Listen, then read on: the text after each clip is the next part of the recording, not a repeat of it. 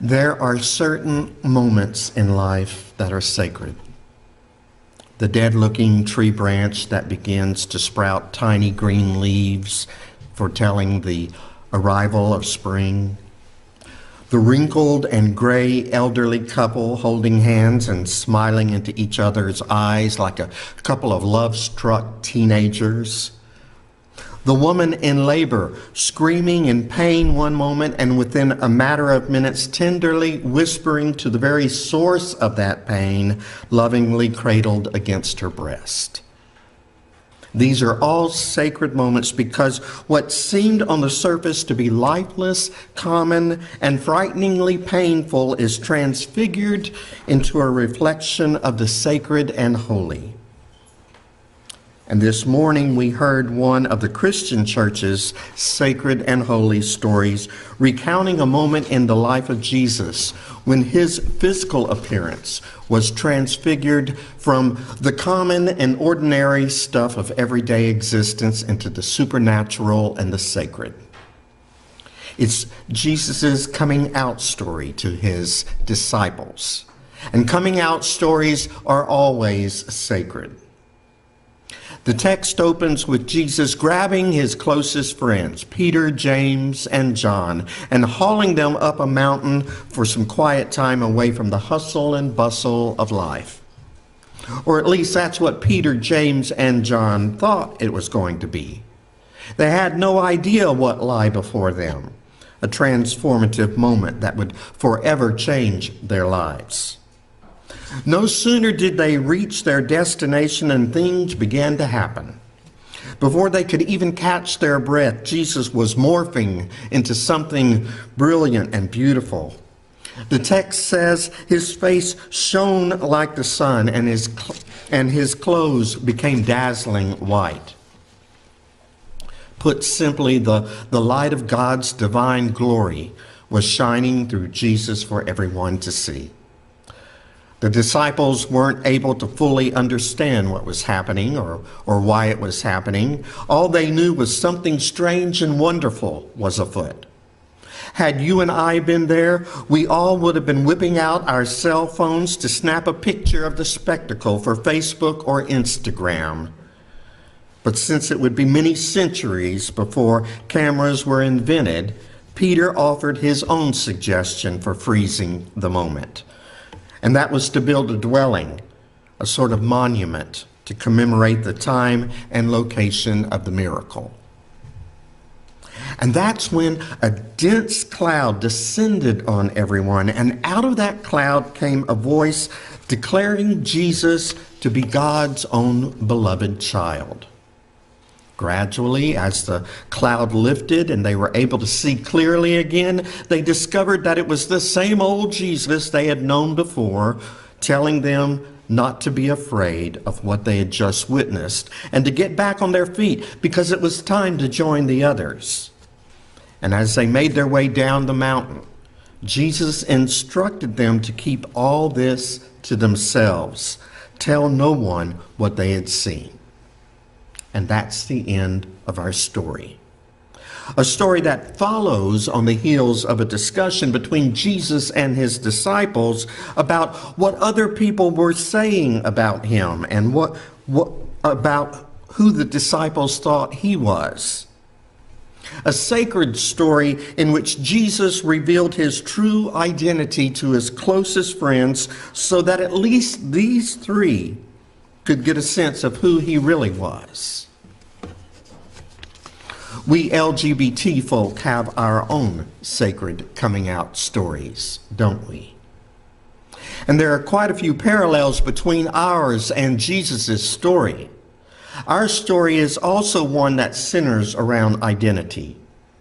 It starts when we begin to question who we are, when we begin to suspect that we may not be who others think we are. And so we take a deep breath and share our secret with our closest friends or family members, people whose opinions we respect and whose love and affirmation we crave. We reveal our true gender or sexual orientation to these people. We expose our authentic and sacred selves to them, hoping they will embrace us and celebrate the glory of God that shines out when we live faithful to the way God has created us to be. But sometimes we don't get the responses we had hoped for. We find that we are opening ourselves up to someone who just doesn't get it. It's like a dense cloud has settled around them, and they aren't affirming us at all, but instead mourning for another time in the past when things seemed right. They too want to freeze time, but not the current moment. They want to lock into a time when you and I were who they believed us to be. Frequently, fear creeps in. Fear for our safety and fear of their own reputation once word begins to spread that John now answers to the name of Jane, that Bill is sexually attracted to boys as much as he is to girls, or that Sally wants to marry a woman. And as we witness their fear and confusion, we want to fix them, but we know we can never go back in the closet. And before we leave them to their own processing, we ask them not to tell anyone because it's our sacred story, not theirs. It's ours to share with others as we see fit. And whether the coming out experience was a good one or not, whether the tears that are shed are tears of joy or of anguish, whether we walk away feeling loved or rejected, we know it's a sacred moment because for maybe the first time in our lives, we have stood up and been true to ourselves. And regardless of what others may say, we have heard the voice of God whisper to our hearts, "You are my own beloved child, with whom I am well pleased." Transfigurations are sacred. Whether it's the transfiguration of a caterpillar into a butterfly or a sexually marginalized person finding their voice and living authentically. So I wonder what it would look like for the church to be transfigured. What would it look like if the Christian church existed true to God's plan for us? What if when people considered the church, they saw more than a building in which people gather for an hour each week, or an institution with a financial budget designed to cover the building's maintenance and the pastor's salary? What if the church were transfigured in such a way that the world was witness to God's glory radiating from it? What would that look like? Philip Gulley addresses that topic in his book, If the Church Were Christian. It's a wonderful, challenging, and thought-provoking book that I recommend to everyone. He says that if the Christian church existed authentically as God intends for us, then Jesus would be a model for living rather than an object of worship. Affirming our potential would be more important than condemning our brokenness. Reconciliation would be valued over judgment. Gracious behavior would be more important than right belief. Inviting questions would be valued more than supplying answers.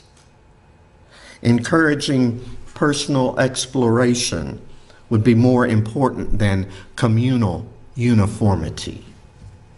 Meeting needs would be more important than maintaining institutions. Peace would be more important than power. It would care more about love and less about sex. This life would be more important than the afterlife. I've been giving a lot of thought lately to my own ideas about what a transfigured church would look like. And one thing that I've come to believe is that it would be a church that doesn't exist for itself, but for the sake of the world. If it ever gets to the point that we are more concerned about a balanced church budget than we are about standing in solidarity with people who exist in the margins, then we are in need of some serious transfiguration. Peace activist Rick Ufford Chase, in his book, Faithful Resistance, Gospel Visions for the Church in a Time of Empire, gives his own image of what a transfigured church would look like. He writes, inequalities of status and opportunity, whether based on race, gender, sexual identity, or economic class, must continually be exposed and demolished. Resistance to injustice must become a mode of operation, a spiritual discipline continually practiced inwardly and outwardly. For me, that means welcoming the stranger, whether they are the refugee seeking asylum or the newcomer walking through our doors for the first time. It means dismantling white supremacy, whether that takes the form of calling out racism when we encounter it or excavating our own racism that we may discover lying deeply embedded within us. It means reimagining an ecological theology that goes beyond recycling or changing from incandescent bulbs to cooler burning bulbs. One that calls us to stand in solidarity with those whose land and water are being threatened by big business greed. It means taking a stand against verbal and physical violence against our Jewish and Muslim neighbors and assuring them we've got their back. It can all seem pretty overwhelming, this business of being church as God intended for us to be. We can feel that the problems in the world are too big for us. But God never calls us to success, only to obedience. We are the church, you and I. And God is calling the church to a transfigured way of existing. It's an existence that looks beyond our four walls, one that takes its stand in the margins, one that seeks justice and lives out grace and mercy. May we be that church. May the sacred story of the Transfiguration be the church's story. And may it be our personal story as well, a story of living authentically and loving without borders or boundaries. Amen.